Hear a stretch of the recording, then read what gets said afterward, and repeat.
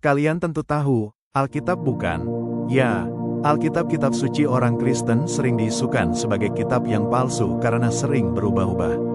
Apalagi, baru-baru ini, Lembaga Alkitab Indonesia mengeluarkan edisi terjemahan baru jilid 2. Apakah Alkitab benar-benar diubah atau seperti apa?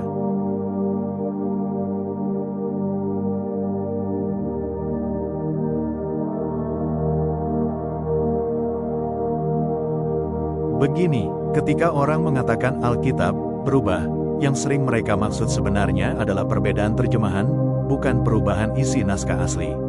Ini dua hal yang sangat berbeda. Pertama, kita harus tahu bahwa Alkitab awalnya ditulis dalam bahasa Ibrani, Aram, dan Yunani. Seiring waktu dan penyebaran kekristenan ke berbagai bangsa, Alkitab diterjemahkan ke ratusan bahasa. Setiap bahasa punya gaya sendiri. Ada yang menerjemahkan secara sangat literal, ada yang lebih komunikatif. Jadi, kalau ada perbedaan kata, itu bukan karena pesannya berubah, tetapi karena bahasanya disesuaikan dengan pembaca. Kedua, para ahli tekstual dan arkeolog menemukan ribuan naskah kuno Alkitab yang usianya bahkan lebih tua dari banyak kitab kuno lainnya.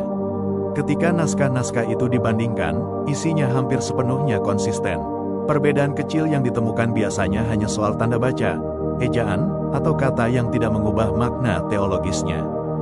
Dengan kata lain, fondasinya tetap sama, pesannya tetap sama. Ketiga, justru kalau kita lihat sejarah, Alkitab termasuk kitab yang paling ketat dipelihara.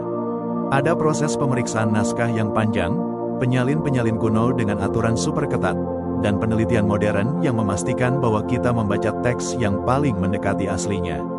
Tidak ada organisasi atau manusia modern yang tiba-tiba mengubah isinya seenaknya.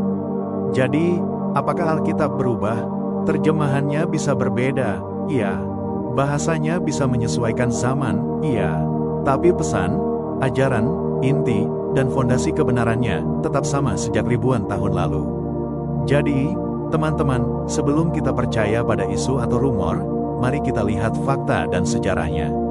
Alkitab bukan kitab yang berubah-ubah untuk menyesuaikan kepentingan manusia, tetapi justru kitab yang dijaga, diteliti, dan dipelihara dengan sangat serius selama ribuan tahun.